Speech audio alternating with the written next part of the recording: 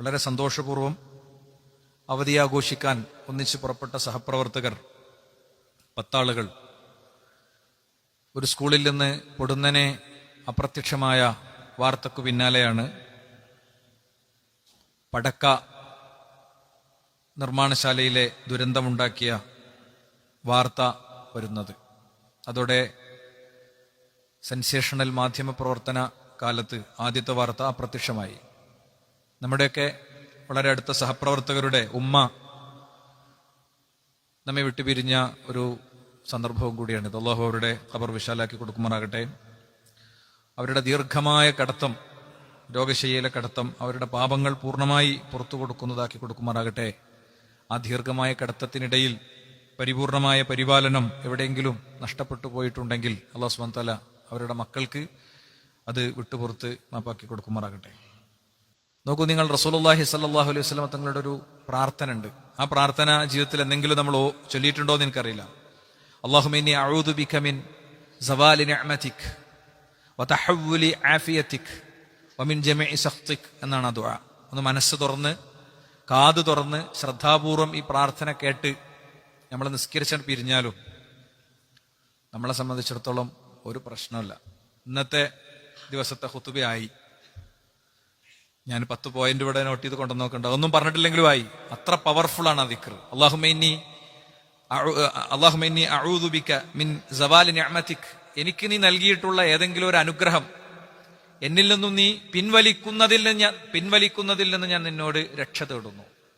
അല്ലേ? ഇവിടെ മുതിർന്നൊരു കാരണം അവർ ഇരിക്കുന്നുണ്ട്. അദ്ദേഹത്തിന് രോഗിയായ അദ്ദേഹത്തിന്റെ ഭാര്യ വളരെ അടുത്ത കാലത്ത് മരണപ്പെടുകയുണ്ടായി.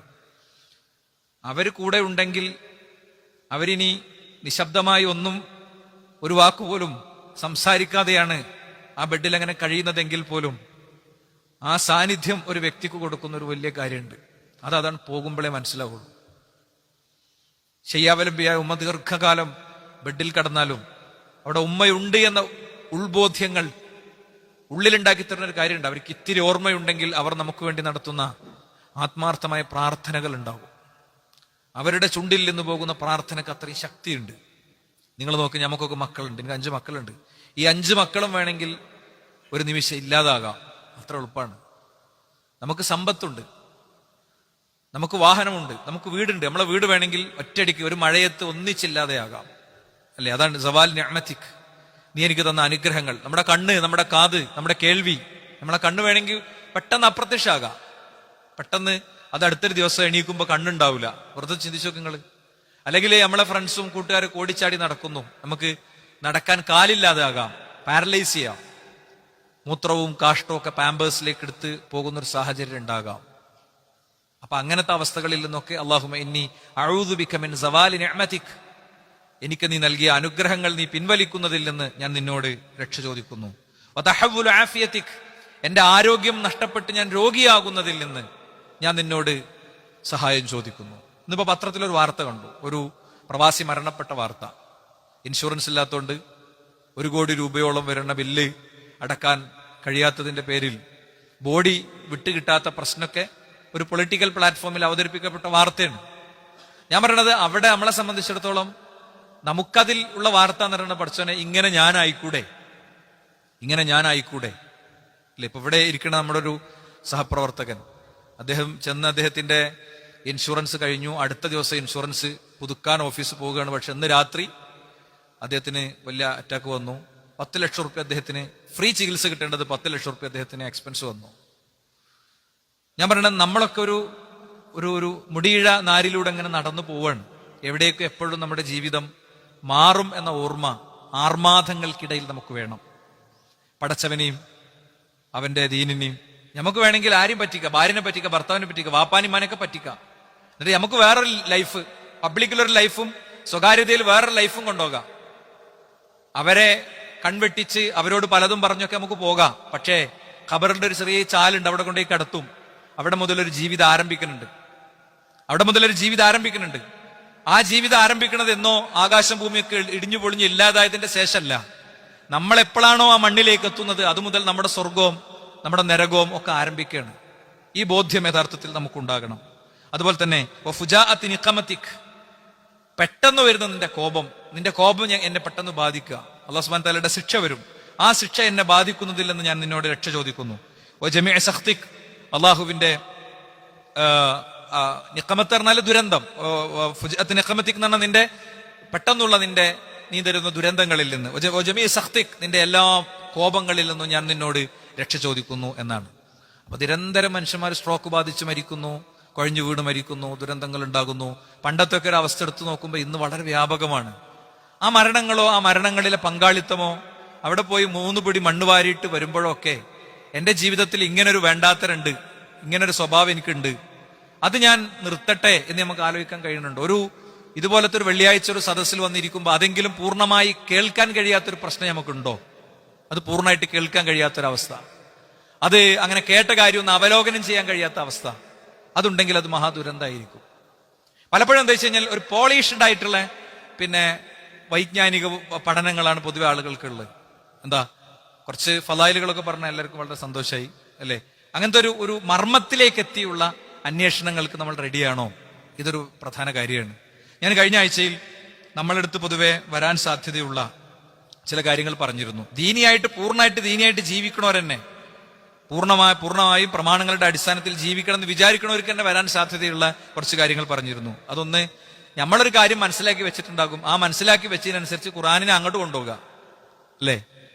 എന്നിട്ട് അത് ന്യായീകരിച്ച് പിടിച്ചു നിൽക്കാൻ വേണ്ടി ശ്രമിക്കുക. അതേപോലെ തന്നെ ശരീഅത്തിന്റെ മഖാസിദുകൾ മനസ്സിലാക്കാത്ത ഇടപെടൽ, ഞാനത് വിശദീകരിക്കണില്ല, കഴിഞ്ഞ ആഴ്ച വിശദമായി പറഞ്ഞതാണ്. അതേപോലെ എന്തിലും പ്രമാണങ്ങൾക്ക് മുന്നിൽ ബുദ്ധി എന്നുള്ളത് എന്തിനുള്ളതാ? ബുദ്ധി എന്നുള്ളത് വിഷയങ്ങൾ പഠിച്ച് മനസ്സിലാക്കി ഉൾക്കൊള്ളാനുള്ളതാണ്. പ്രഥമ ദൃഷ്ട്യാ നമുക്ക് ബോധ്യപ്പെടാത്ത ചില കാര്യങ്ങൾ ഉണ്ടാകും പ്രമാണത്തിൽ.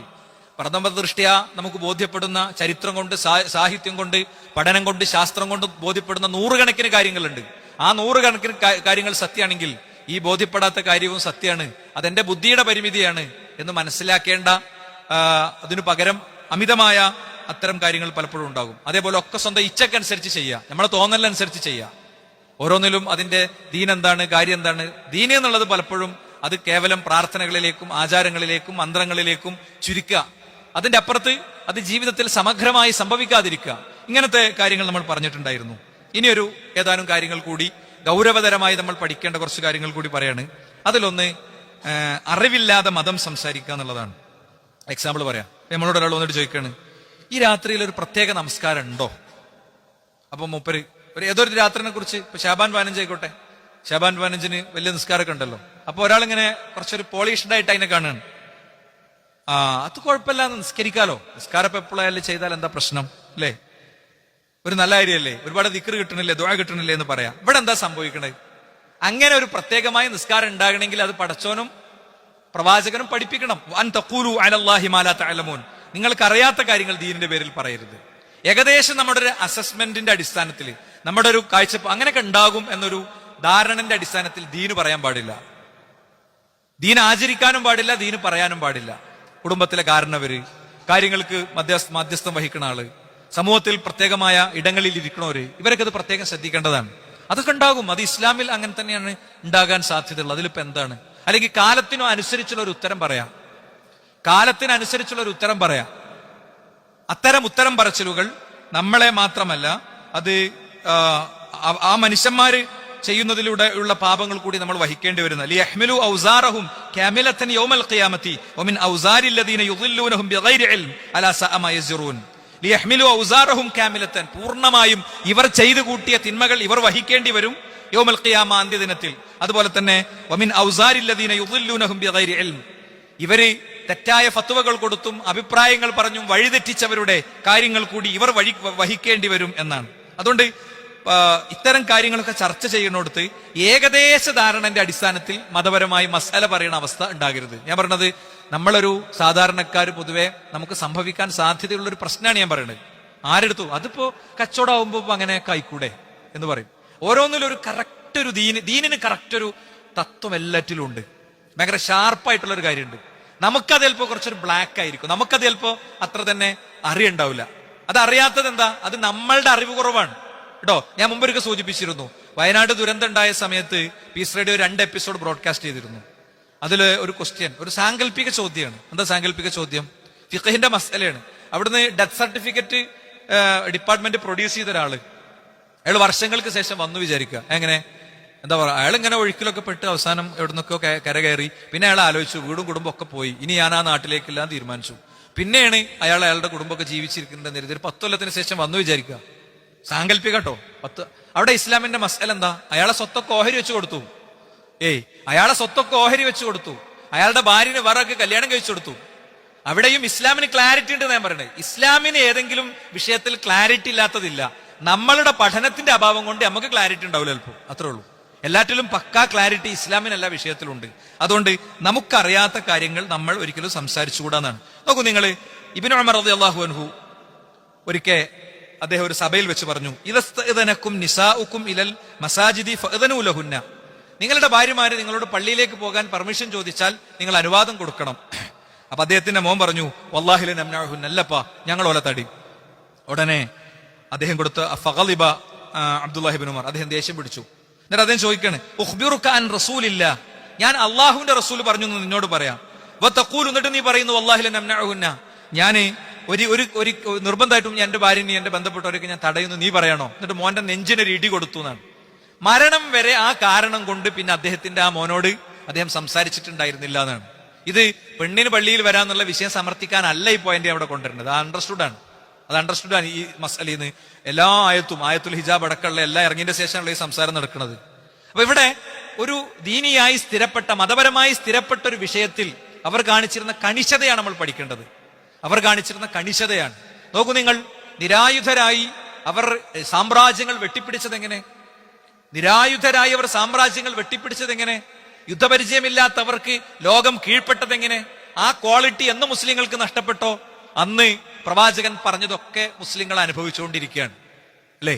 ഇമാം മാലിക് റഹിമഹുല്ല പറഞ്ഞല്ലോ, ഈ ഉത്തമ തലമുറയെ സൃഷ്ടിച്ച അതേ വേദഗ്രന്ഥത്തിന് മാത്രമേ, അവർക്ക് സർവം വാങ്ങിക്കൊടുത്ത അതേ വേദഗ്രന്ഥത്തിന് മാത്രമേ പിൽതലമുറയെയും ശരിയാക്കി എടുക്കാൻ പറ്റുള്ളൂ എന്ന് പറഞ്ഞത് അതുകൊണ്ട് തന്നെയാണ്. മാത്രമല്ല, പലപ്പോഴും നമുക്ക് പറ്റുന്ന ഒരു അബദ്ധം എന്താ അറിയോ? അയാൾക്ക് വലിയൊരാളല്ലേ, ഭയങ്കര ഒരു പണ്ഡിതനല്ലേ, ഭയങ്കര ഒരു സംഭവമല്ലേ, ഏത് വലിയ ആളാണെങ്കിലും അയാൾക്ക് തെറ്റുപറ്റും. അയാൾ പറഞ്ഞു എന്നുള്ളതുകൊണ്ട് മാത്രം ഒരു കാര്യത്തിൽ ദീനുണ്ടാവില്ല. നോക്കൂ നിങ്ങൾ, ഇബ്നു അബ്ബാസ് റളിയല്ലാഹു അൻഹുവിന്റെ വളരെ പ്രസിദ്ധമായ ഒരു വാക്യമുണ്ട്, യൂഷികു അൻ തൻസില അലൈക്കും ഹിജാറത്തും മിനസ് സമാ, നിങ്ങളുടെ മേൽ ചരൽക്കല്ലുകൾ വന്ന് വീഴുമോ എന്ന് ഞാൻ ഭയക്കാണ്. ഞാൻ നിങ്ങളോട് പറയുന്നു, അഖൂലു ഖാല റസൂലുള്ളാഹ്, അള്ളാഹുവിന്റെ റസൂൽ പറഞ്ഞു എന്ന് ഞാൻ നിങ്ങളോട് പറയുന്നു ഒരു കാര്യത്തിൽ. അപ്പൊ നിങ്ങൾ ചോദിക്കുക, അബൂബക്കർ ഇങ്ങനെ ചെയ്തിട്ടില്ലേ, ഉമർ ചെയ്തിട്ടില്ലേ? തഖൂലൂന ഖാല അബൂബക്കർ വ ഉമർ, അബൂബക്കർ ഉമറൊക്കെ ഇങ്ങനെ ചെയ്തിട്ടില്ലെന്നാണ് നിങ്ങൾ എന്നോട് ചോദിക്കുന്നത്. അബൂബക്കറും ഉമറും റളിയല്ലാഹു അൻഹും അവർ രണ്ടാളും ആരാ? അബൂബക്കർ ഉമർ റളിയല്ലാഹു അൻഹും ആരാ? പ്രവാചകൻ സല്ലല്ലാഹു അലൈഹി വസല്ലം തങ്ങളുടെ അടുത്തും വലത്തും നിന്ന, വഹയിന്റെ അവതരണങ്ങൾക്ക് സാക്ഷിയായ, പ്രവാചകന് സെക്യൂരിറ്റിയായ, ഇസ്ലാമിക പ്രചാരണത്തിന് താങ്ങായ വ്യക്തികളാണ്. അതിലെ ഒരാളെ പിന്നെ എന്താ പറയാ, അതിലേതെങ്കിലും ഒരാളുടെ പേര് പ്രവാചകൻ ഇങ്ങനെ പറഞ്ഞു എന്ന് പറഞ്ഞപ്പോ അതിന് വിരുദ്ധമായി പറഞ്ഞപ്പോഴാണ് യഥാർത്ഥത്തിൽ ഇത്ര ശക്തമായ വാക്ക് അദ്ദേഹം പറയുന്നത്. അതുകൊണ്ട് തന്നെ പലപ്പോഴും സമുദായത്തെ സംബന്ധിച്ചിടത്തോളം ഒരു വ്യക്തി, ഒരു ഉസ്താദ് പറഞ്ഞു, ഒരു പണ്ഡിതൻ പറഞ്ഞു, ഒരു നേതാവ് പറഞ്ഞു എന്നതാകരുത് മതത്തിന്റെ മാനദണ്ഡം. മതത്തിന്റെ മാനദണ്ഡം അത് പ്രമാണങ്ങളിലുണ്ടോ, അത് ഖുറാനിലുണ്ടോ, ഹദീസിലുണ്ടോ എന്നുള്ള പരിശോധനയാണ്. അപ്പൊ നമുക്കൊരു ആശങ്ക ഉണ്ടാവും, നമ്മളിപ്പോ ഖുറാനും ഹദീസൊക്കെ പഠിച്ചിട്ട് ഇത് പഠിയോ, ഇത് മനസ്സിലാവോ? ഞാൻ ചോദിക്കട്ടെ, Islam is the fastest going religion. ഇസ്ലാമാണ് ലോകത്തെ ഏറ്റവും വേഗത്തിൽ യാത്ര ചെയ്ത് ഏറ്റവും കൂടുതൽ ആളുകൾ സ്വീകരിക്കപ്പെടുന്ന മതം എന്നുള്ളത് ഇന്നത്തെ ഒരു റിയാലിറ്റിയാണ്. നിങ്ങൾ ജസ്റ്റ് ഗൂഗിൾ സെർച്ച് കൊടുത്തു കഴിഞ്ഞാൽ കാണാവുന്ന ഒരു യാഥാർത്ഥ്യമാണ്. ഈ പറയുന്ന എല്ലാ സംഘർഷങ്ങൾക്കും, എല്ലാ ആക്രമണങ്ങൾക്കും, എല്ലാ വെറുപ്പുൽപാദനങ്ങൾക്കും, എല്ലാ ഫോബിയ വർക്കുകൾക്കും ഇടയിൽ അത് കുതിച്ചുപായാണ്. അതെങ്ങനെ? മദ്രസ പോയിട്ടും അലിഫും ബാവും പഠിച്ചിട്ടൊന്നും ഇല്ലാത്ത മനുഷ്യർക്ക് സത്യത്തിന് അങ്ങനത്തെ ഒരു പ്രത്യേകത ഉണ്ട്, വെളിച്ചത്തിന് അങ്ങനത്തെ ഒരു ശക്തിയുണ്ട്. വളരെ പ്രസിദ്ധനായ ഒരു ക്രിസ്ത്യൻ പുരോഹിതനായിരുന്നു എസ്റ്റസ്. ഞാൻ ഇടയ്ക്കെന്റെ സ്പീച്ചിൽ അദ്ദേഹത്തെ കോട്ടിയാറുണ്ട്. എസ്റ്റസ് അയൽക്കാരനായ സമ്പന്നനായ മുസ്ലിമായ മനുഷ്യന്റെ അടുത്തേക്ക് ചെല്ലുകയാണ്. എന്തിന്? അവരവരുടെ ആശയം നിരന്തരം പറയും, ആളുകളോട് സംസാരിച്ചുകൊണ്ടിരിക്കും. അദ്ദേഹത്തെ ക്രിസ്ത്യൻ വിശ്വാസത്തിലേക്ക് ക്ഷണിക്കാൻ വേണ്ടി വന്നതാ. ക്രിസ്ത്യൻ വിശ്വാസത്തിലേക്ക് ക്ഷണിക്കാൻ വേണ്ടി വന്ന എസ്റ്റസ്, ആ എസ്റ്റസിനോട് ഈ ചെറുപ്പക്കാരൻ, ഈ ബിസിനസ്സുകാരൻ എന്തൊക്കെയോ കുറച്ച് കാര്യങ്ങൾ അദ്ദേഹത്തിന് അറിയുന്ന കാര്യങ്ങളൊക്കെ പറഞ്ഞു കഴിഞ്ഞപ്പോ എസ്റ്റസ് പിന്നൊന്നും മിണ്ടാതെ തിരിച്ചുപോയി. എസ്റ്റസ് ഖുറാൻ എടുത്ത് വായിക്കാൻ തുടങ്ങി. അദ്ദേഹം യൂസുഫ് എസ്റ്റസ് ആയി. നിങ്ങൾ യൂട്യൂബിൽ യൂസുഫ് എസ്റ്റസിന്റെ സ്പീച്ചുകൾ തിരഞ്ഞാൽ അതില് അദ്ദേഹത്തിന്റെ ഒറ്റ സ്പീച്ചിന്, 1 മണിക്കൂറിന്റെ സ്പീച്ചിന് 60 ആളുകൾ നിന്ന് ഷഹാദത്ത് കലിമ ചൊല്ലണത്, ക്യൂ ആയിട്ട് നിന്ന് ഷഹാദത്ത് കലിമ ചൊല്ലണത് നിങ്ങൾക്ക് കാണാൻ പറ്റും. ഞാൻ ചോദിക്കണത്, ഏത് മദ്രസിലും ഏത് പള്ളി ദർസിലും ഏത് ഡിഗ്രി പഠിക്കണ കോളേജിലാ പോയത്? എവിടെയും പോയിട്ടില്ല. സത്യത്തിന് അങ്ങനത്തെ ഒരു സൗന്ദര്യമുണ്ട്. അതെന്തെന്നറിയോ? അത് ഹൃദയത്തിലേക്ക് തുളച്ചു കയറും. നമ്മള് ഹൃദയം തുറന്നിട്ട് കേൾക്കാനും വായിക്കാനും പഠിക്കാനും റെഡിയാണെങ്കിൽ അത് ഹൃദയത്തിലേക്ക് തുളച്ചു കയറും. അതുകൊണ്ട് തന്നെയാണ് മഹാനായ ഇമാം മാലിക് റഹിമഹുല്ലാഹ് പറഞ്ഞത്, കുല്ലു അഹദിൻ യുഖദു മിൻ ഖൗലിഹി വയുത്രക്. എല്ലാവരുടെയും വാക്കിൽ തള്ളേണ്ടതും കൊള്ളേണ്ടതും ഉണ്ടാകും. ആരുടെ വാക്കിലുണ്ടാകും? ഇല്ലാ സ്വാഹിബ ഹാദൽ ഖബർ. അദ്ദേഹം മദീനയിലെ പള്ളിയിൽ ഇരുന്ന് ക്ലാസ് എടുക്കുമ്പോൾ പ്രവാചകന്റെ ഖബർ ചൂണ്ടിയിട്ട് പറഞ്ഞു, ഈ ഖബർ കിടക്കുന്ന റസൂലുള്ളാഹിയുടെ വാക്കിൽ തള്ളാനൊന്നും ഉണ്ടാവില്ല, ഒന്നും ഉണ്ടാവില്ല. റസൂലുള്ളാഹി സ്വല്ലല്ലാഹു അലൈഹി വസല്ലം തങ്ങൾ എന്താ, വമാ യൻതിഖു അനിൽ ഹവ ഇൻ ഹുവ ഇല്ലാ വഹ്യു യൂഹാ. പ്രവാചകൻ വഹീന്റെ അടിസ്ഥാനത്തിൽ മാത്രമേ സംസാരിക്കുള്ളൂ. വഹീന്റെ അടിസ്ഥാനത്തിലല്ലാതെ പ്രവാചകൻ സംസാരിക്കൂല. അപ്പൊ നമ്മുടെ ജീവിതത്തിൽ നമ്മൾ ആരെയാണെങ്കിലും അല്ലെ, ഇപ്പൊ എന്ത് ചെയ്യും? നാലാലൊരു മദ്ഹബിനെ തഖ്ലീദ് ചെയ്യണം എന്ന് പറയും സാധാരണ. നാലാലൊരു മദ്ഹബിനെ തഖ്ലീദ് ചെയ്യാത്തവൻ വഴിപിഴച്ചവനാണെന്നൊക്കെ പറയാറുണ്ട്. വഴികേടിന്റെ കാരണമായിട്ട് പറയാം. ഒന്നുകിൽ ഇമാം ഷാഫിയെ അല്ലെങ്കിൽ ഇമാം മാലിക്കിനെ. അങ്ങനെ ഇപ്പോ ഒരു സ്ത്രീയെ സ്വന്തം ഭാര്യയെ തൊട്ടാൽ പോലും വദു മുറിയും എന്ന് ഒരു മദ്ഹബിൽ വിശ്വസിക്കുമ്പോൾ അങ്ങ് മക്കത്തെത്തുമ്പോൾ ഈ തട്ടിമുട്ടലൊക്കെ കൂടുതൽ ഉണ്ടാകാൻ സാധ്യത ഉള്ളതുകൊണ്ട് അവിടെ എത്തുമ്പോൾ മദ്ഹബ് മാറുകയാണ് ചെയ്യുക. ഇതെന്താ ഇവിടുത്തെ വിഷയം? ഇവിടുത്തെ വിഷയം എന്ന് പറയുന്നത്, പണ്ഡിതന്മാര് ഇമാമിങ്ങളെങ്കിലും അങ്ങനെ പറഞ്ഞിട്ടുണ്ടോ നാലാലൊരു മദ്ഹബിനെ പിൻപറ്റണമെന്ന്? ഇമാം മാലിക് റഹിമഹുല്ലാഹ് പറയാ, ഇന്നമാ അന ബശറുൻ ഉഖ്തി വ ഉസീബ്. ഞാനൊരു മനുഷ്യനാണ്, എനിക്ക് തെറ്റുപറ്റും, ചിലപ്പോൾ ഞാൻ പറയുന്നത് ശരിയായിരിക്കും. ഫൻദുറൂ ഫീ ഖൗലി, നിങ്ങൾ എന്റെ വാക്കുകളിൽ നോക്കണം. എന്നിട്ട് ഫകുല്ലു മാ വാഫഖൽ കിതാബ വസ്സുന്ന, കിതാബിനോടും സുന്നത്തിനോടും അഥവാ പ്രവാചകന്റെ ഹദീസിനോടും ഖുർആനിലെ 6000 ചിലാനം വചനത്തോട് യോജിച്ചു വന്നാൽ ഫഖുദു, അത് നിങ്ങൾ എടുക്കണം.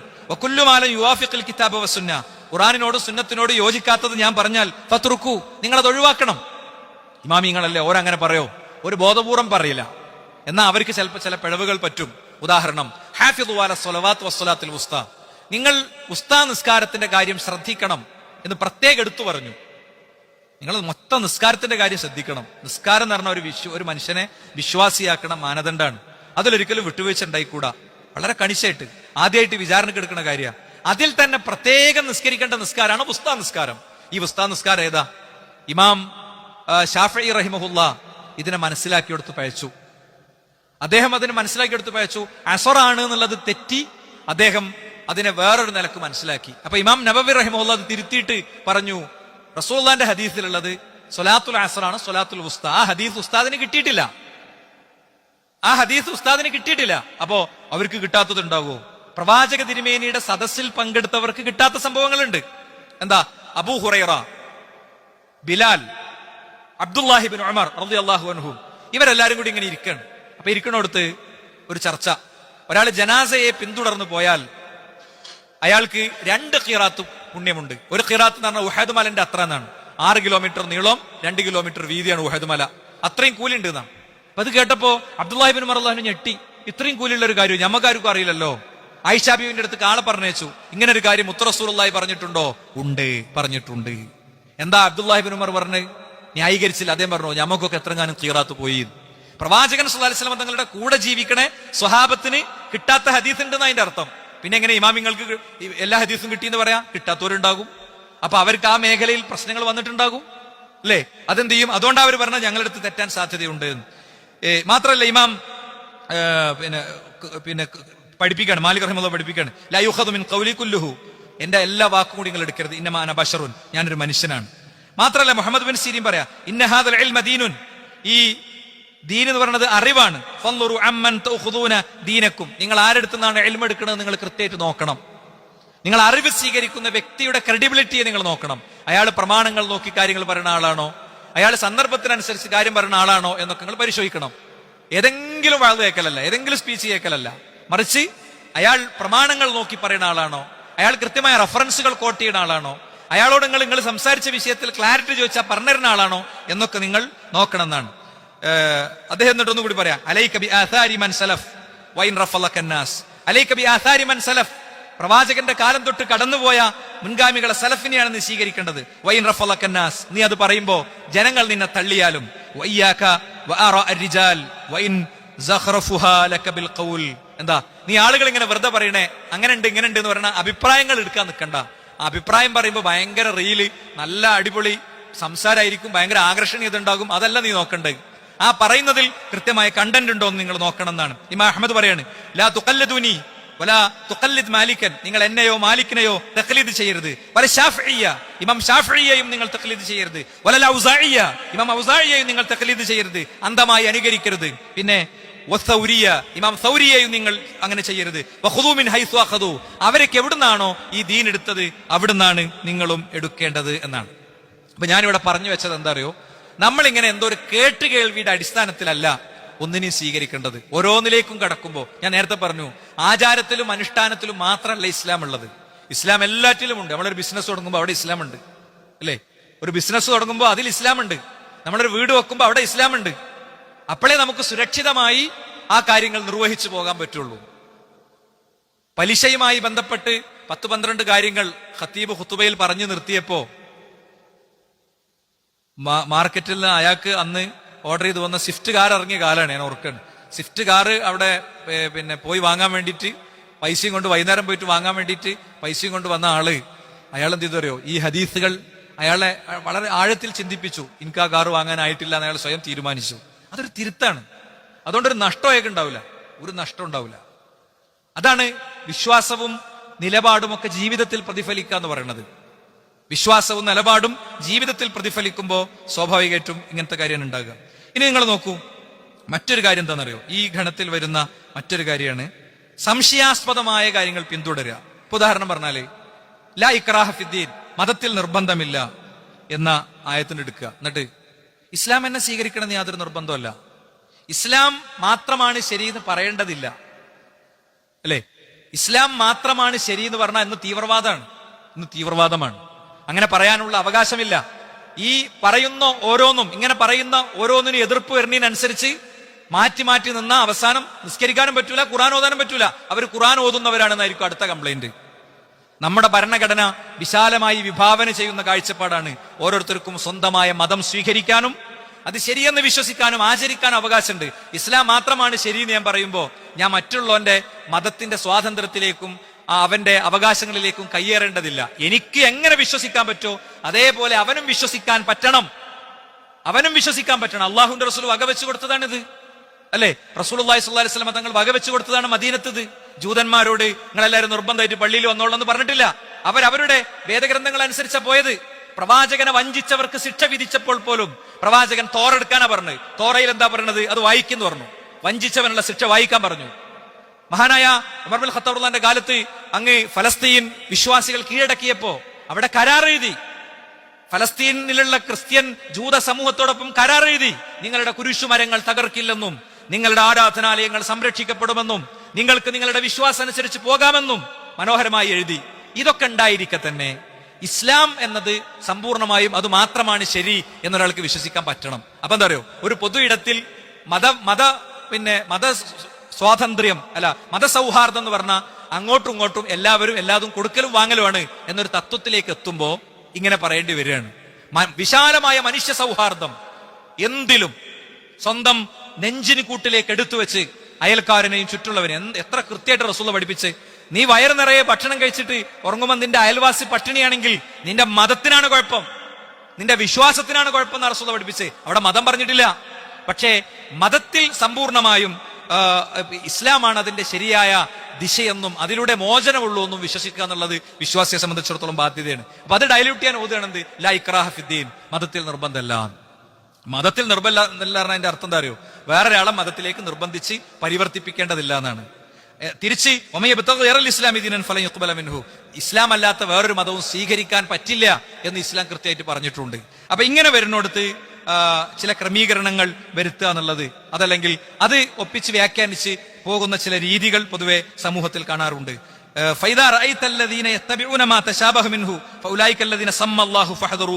അള്ളാഹുവിന്റെ റസൂൽ പഠിപ്പിച്ചു, ഖുർആനിൽ നിന്ന് വ്യാഖ്യാനിച്ച് ഇങ്ങനെ ഒപ്പിക്കാവുന്ന കുറച്ച് സാധനങ്ങൾ ഉണ്ടാകും. എന്താണെന്ന് ക്ലാരിറ്റി ഇല്ലാത്ത, ഹറാമാണോ ഹലാലാണോ എന്ന് വ്യക്തമായി മനസ്സിലാക്കാൻ കഴിയാത്ത കാര്യം അതിൽ കയറി പിടിച്ച് വ്യാഖ്യാനിച്ചു പോകുന്നവർ അവരെയാണ് അവരെ പ്രത്യേക അള്ളാഹു എടുത്തു പറഞ്ഞിരിക്കുകയാണ്. അവരെ നിങ്ങൾ സൂക്ഷിക്കണം എന്ന് റസൂലുള്ളാഹി സ്വല്ലല്ലാഹു അലൈഹി വസല്ലം തങ്ങൾ നമ്മളെ പഠിപ്പിച്ചത് നമുക്ക് കൃത്യമായിട്ട് കാണാൻ സാധിക്കും. ഇനി നിങ്ങൾ നോക്കൂ, ശരീഅത്തിനെ മറ്റൊരു വിഷയമാണ് എന്ത്? ശരീഅത്തിനെ ഖുർആനിൽ നിന്നും സുന്നത്തിൽ നിന്നും അല്ലാതെ എടുക്കുക. ഇപ്പൊ ഉദാഹരണം പറഞ്ഞെന്താ, ഞാൻ സ്വപ്നത്തിൽ കണ്ടു എന്ന് പറയാം. ഞാൻ സ്വപ്നത്തിൽ കണ്ടു എന്ന് പറയാം, എന്നിട്ട് അത് ഹുക്കുമാക്കി മാറ്റുക, അല്ലെ? എന്താണ് ഇസ്ലാം പഠിപ്പിച്ചത്? ഇത്തബിഉ മാ ഉൻസില ഇലൈക മിൻ റബ്ബിക് വലാ തത്തബിഉ മിൻ ദൂനിഹി ഔലിയ. നിങ്ങൾ അല്ലാഹു നിങ്ങളെ ഇറക്കി തന്നീനെ എടുക്കണം എന്നാ പറഞ്ഞത്, അല്ലാതെ സ്വപ്നത്തിൽ നിന്ന് എടുക്കണം എന്നല്ല. മഖ്തലഫ്തും ഫീഹി മിൻ ഷൈഇൻ ഫഹുക്മുഹു ഇലല്ലാഹ്. നിങ്ങൾക്ക് വല്ല കാര്യത്തിലും തർക്കമുണ്ടെങ്കിൽ അത് അള്ളാഹുവിലേക്കാണ് മടക്കേണ്ടത് എന്നാണ്. മൻ അഹ്ദസ ഫീ അംരിനാ ഹാദാ മാ ലൈസ മിൻഹു ഫഹുവ റദ്ദുൻ.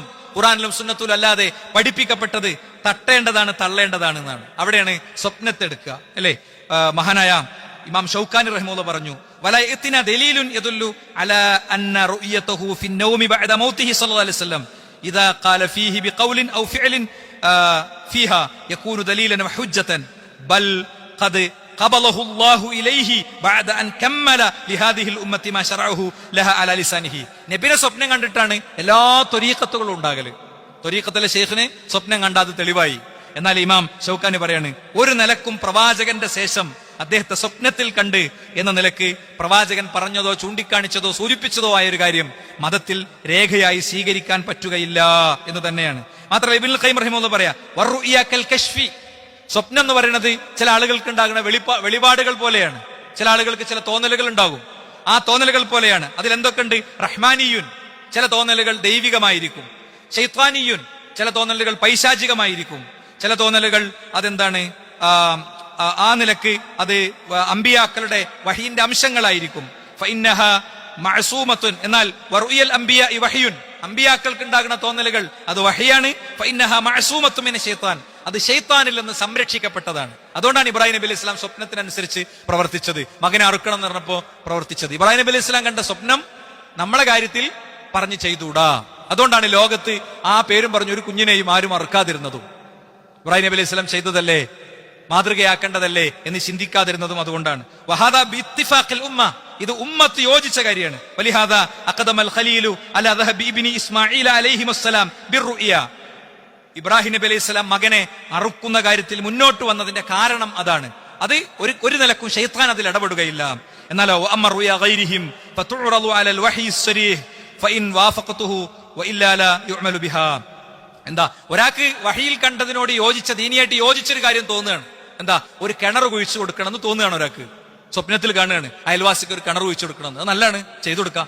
പക്ഷേ അയാളെ കിണർ പോയിട്ട് മൂടണം എന്നോ അയാളെ വെള്ളം മുടക്കണമെന്നോ കണ്ടാലോ അതൊരിക്കലും പറ്റൂല.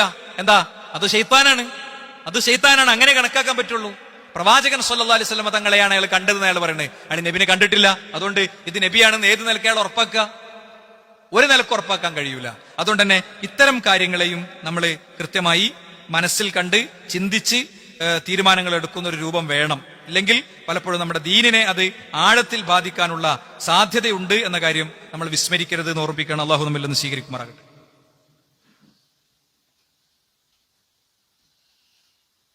അൽഹംദുലില്ലാഹി വസ്സലാത്തു വസ്സലാമു അലാ റസൂലില്ലാഹി വഅലാ ആലിഹി വസ്ഹബിഹി അജ്മഈൻ. അമ്മാ ബഅദ്.